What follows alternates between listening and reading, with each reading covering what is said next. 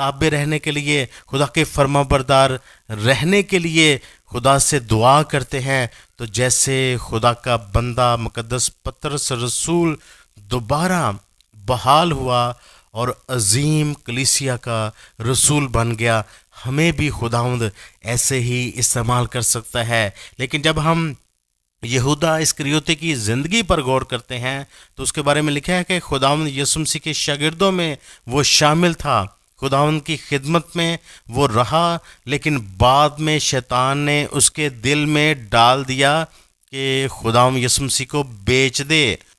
جب ہم یوحنا کی انجیل اس کا 13واں باب اور اس کی 2 آیت پڑھیں تو وہاں پر لکھا ہے، اور جب ابلیس شمعون کے بیٹے یہودا اسکریوتی کے دل میں ڈال چکا تھا کہ اسے پکڑوائے، تو اس نے خداوند یسوع مسیح کو پکڑوایا، لیکن بعد میں وہ پچھتایا۔ ساؤل بادشاہ کے متعلق جب ہم خداوند کے پاک کلام میں پڑھتے ہیں، سیموئیل کی پہلی کتاب اس کے 10ویں باب میں، وہاں پر لکھا ہے کہ خداوند کی روح تجھ پر زور سے اترے گی اور تو نبی کی مانند نبوت کرے گا۔ تب خداوند کی روح تجھ پر زور سے نازل ہوگی اور تو ان کے ساتھ نبوت کرنے لگے گا اور بدل کر اور ہی آدمی ہو جائے گا۔ لیکن جب اس کے اندر حسد آ گیا، جب اس کے اندر گناہ آ گیا، تو جب ہم سیموئیل کی پہلی کتاب اس کے 16ویں باب اور اس کی 14ویں آیت پڑھے تو لکھا ہے، اور خداوند کی روح ساؤل سے جدا ہو گئی اور خداوند کی طرف سے اسے ایک بری روح ستانے لگی۔ میرے عزیزو، ابلیس شیطان ہمیشہ ہمارے خیالوں کو کنٹرول کرنے کی کوشش کرتا ہے، وہ ہمارے خیالوں کے ذریعے ہم پر قبضہ کرنے کی کوشش کرتا ہے۔ جب ہم اسی طرح حنانیہ اور سفیرہ کی زندگی دیکھیں، وہ کلیسیا میں شامل تھے، رسولوں کے ساتھ تھے۔ جب ہم رسولوں کے اعمال اس کا 5واں باب پڑھیں، مگر پطرس نے کہا، اے حنانیہ، کیوں شیطان نے تیرے دل میں یہ بات ڈال دی کہ تو روح القدس سے جھوٹ بولے اور زمین کی قیمت میں سے کچھ رکھ چھوڑے؟ جھوٹ ہمیشہ ہمیں خدا سے دور کرتا ہے۔ جب ہم جھوٹ بولتے ہیں تو ہم ابلیس کے اثر کے نیچے ہوتے ہیں، جب ہم جھوٹ بولتے ہیں تو ابلیس کے ہم کنٹرول میں ہوتے ہیں۔ میرے عزیزو، انسانی مرضی، ایمان اور فرما برداری فیصلہ کرتی ہے کہ ہم کس کے ہاتھ میں استعمال ہو رہے ہیں، ہم خدا کی طرف ہیں یا ابلیس کے قبضہ میں ہیں۔ خداوند کے پاک کلام میں لکھا ہے کہ پس خدا کے تابع ہو جاؤ اور ابلیس کا مقابلہ کرو تو وہ تم سے بھاگ جائے گا۔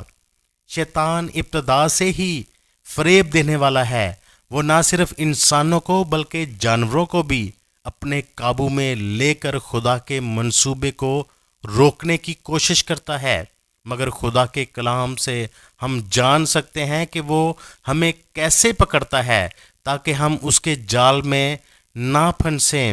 باغ عدن میں جب ہم دیکھتے ہیں کہ سانپ کے بارے میں کہ سانپ بھی خدا کی مخلوقات میں سے ایک جانور تھا، پیدائش کی کتاب اس کے پہلے باب اس کی 24ویں اور 25ویں آیت میں یہ لکھا ہے، اور خدا نے کہا زمین جانداروں کو ان کی جنس کے موافق چوپائے اور رینگنے والے جاندار اور جنگلی جانور ان کی جنس کے موافق پیدا کرے، اور ایسا ہی ہوا، اور خدا نے جنگلی جانوروں اور چوپایوں کو ان کی جنس کے موافق بنایا، اور خدا نے دیکھا کہ اچھا ہے۔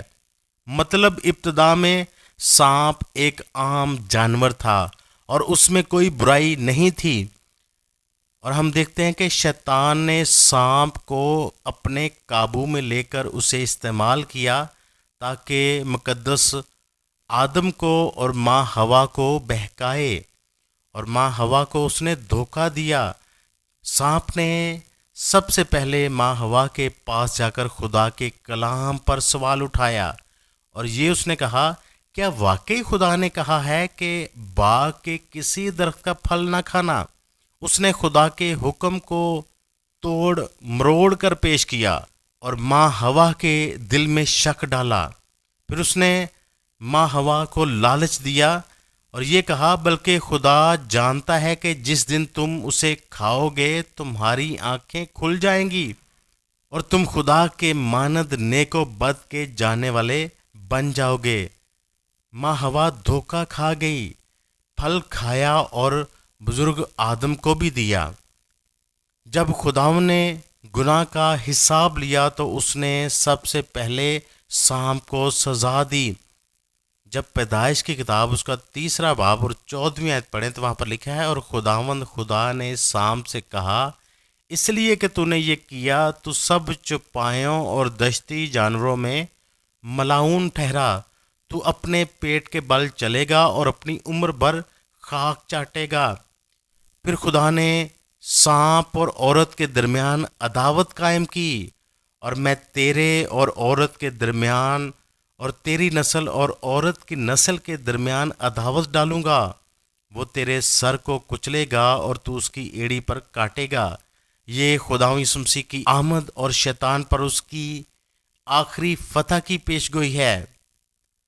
اس دن سے سانپ بائبل مقدس میں اکثر شیطان، گناہ اور فریب کی علامت کے طور پر استعمال ہوا، اور مکاشفہ کی کتاب میں اس کے 12ویں باب اور 9ویں آیت میں لکھا ہے، اور وہ بڑا اژدہا یعنی وہی پرانا سانپ جو ابلیس اور شیطان کہلاتا ہے اور سارے جہان کو گمراہ کر دیتا ہے، زمین پر گرا دیا گیا، اور اس کے فرشتے بھی اس کے ساتھ گرا دیے گئے۔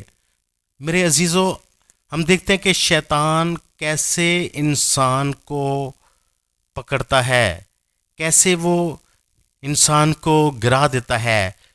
پہلی بات، وہ خدا کے پاک کلام پر حملہ کرتا ہے، شک پیدا کرتا ہے، شک ڈالتا ہے، خدا کے کلام پر سوال کر کے اور شک ڈال کر، جیسے ہم دیکھتے ہیں لکھا ہے کہ کیا واقعی خدا نے کہا ہے۔ پہلا حربہ ہمیشہ خدا کے کلام پر شک ڈالنا ہے۔ دوسری بات، وہ ہمیں لالچ دیتا ہے، اور اس نے باغ عدن میں دوسرا یہ لالچ دیا کہ تم خدا کے مانند ہو جاؤ گے۔ تیسرا جو ہم پر وہ حملہ کرتا ہے وہ ہماری کمزوریوں پر حملہ کرتا ہے۔ دنیاوی چیزوں کا لالچ ہے، دنیاوی بادشاہت کا لالچ ہے، وہ ہمیشہ انسان کی کمزوریوں پر وار کرتا ہے۔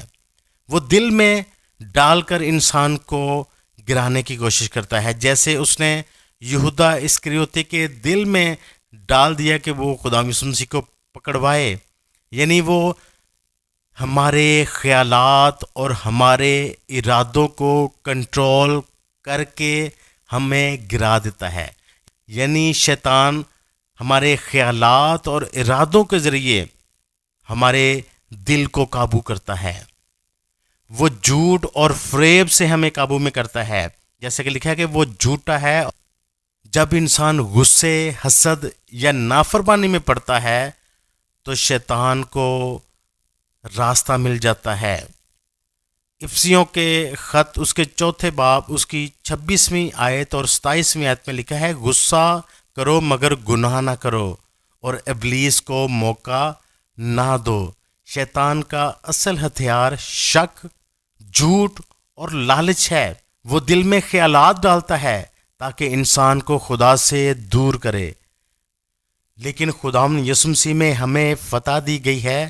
جب ہم یوحنا کا پہلا خط اس کا 3 باب اور اس کی 8ویں آیت پڑھیں تو لکھا ہے، خدا کا بیٹا ظاہر ہوا تاکہ ابلیس کے کاموں کو تباہ کرے۔ جو شخص گناہ کرتا ہے وہ ابلیس سے ہے، کیونکہ ابلیس شروع سے ہی گناہ کرتا رہا ہے۔ خدا کا بیٹا اسی لیے ظاہر ہوا تھا کہ ابلیس کے کاموں کو مٹائے۔ سو میرے عزیزو، ہمیں روزانہ دعا کرنے کی ضرورت ہے، خدا کے کلام میں وقت گزارنے کی ضرورت ہے، خدا پاک روح سے رہنمائی مانگیں۔ میرے عزیزو، ہمیں سچائی پر قائم رہتے ہوئے، دعا کرتے ہوئے، ایمان میں مضبوط ہوتے ہوئے، خداوند کی فرما برداری کرتے ہوئے ہم شیطان کا مقابلہ کر سکتے ہیں۔ غلطی ہونے پر فوری اعتراف کریں اور خداوند کی رہنمائی کو مانگیں۔ اپنے آپ کو سرنڈر کرتے ہوئے خدا کے تابع کریں، اپنا دن خدا کے ساتھ شروع کریں۔ خدا کے کلام کو پڑھیں اور دعا کریں۔ شیطان کے جال میں زیادہ تر لوگ شک، لالچ اور جھوٹ کے ذریعے پھنس جاتے ہیں۔ وہ دل اور خیالات میں داخل ہو کر انسان کو قابو کرتا ہے۔ ایمانداروں کے پاس خداوند یسوع مسیح میں فتح ہے، اس لیے ہمیں ہمیشہ خداوند یسوع مسیح کے تابع رہنے کے لیے ہمیشہ اس کی حضوری میں رہنا ہے۔ جب ہم خداوند کی حضوری میں رہیں گے تو ہم شیطان سے بچ جائیں گے۔ لکھا ہے کہ پس جاگتے اور دعا کرتے رہو تاکہ آزمائش میں نہ پڑو۔ میرے عزیزو، آزمائش تب ہی آتی ہے جب ہمارے اندر لالچ آتا ہے، جب ہمارے اندر بری خواہش جنم لیتی ہے۔ اس لیے ہمیں ہمیشہ اپنے آپ کو خدا کے تابع کرنا ہے۔ آخر میں ہم دعا کریں گے، اے خداوند ہمیں اپنے کلام میں قائم رکھ تاکہ شیطان کے دھوکے میں نہ آئیں۔ ہمیں اختیار دے کہ ہم ہر دن تیرے نام سے ابلیس پر غالب آئیں۔ اے خداوند ہمیں فریب سے بچا، ہمارے دلوں کو عاجز رکھ تاکہ ہم ہر چال اور فریب کو پہچان کر آپ کی سچائی سے خدمت میں ثابت قدم رہ سکیں۔ اے خداوند ہمیں شیطان کے جال میں گرنے سے بچا، ہماری کمزوریوں میں اپنی قوت دے، اور اگر ہم گر بھی جائیں تو اپنے فضل سے بحال کر تاکہ دوسروں کے لیے سہارا بن سکیں۔ خداوند یسوع مسیح کے پاک نام میں یہ دعا مانگتے ہیں، آمین۔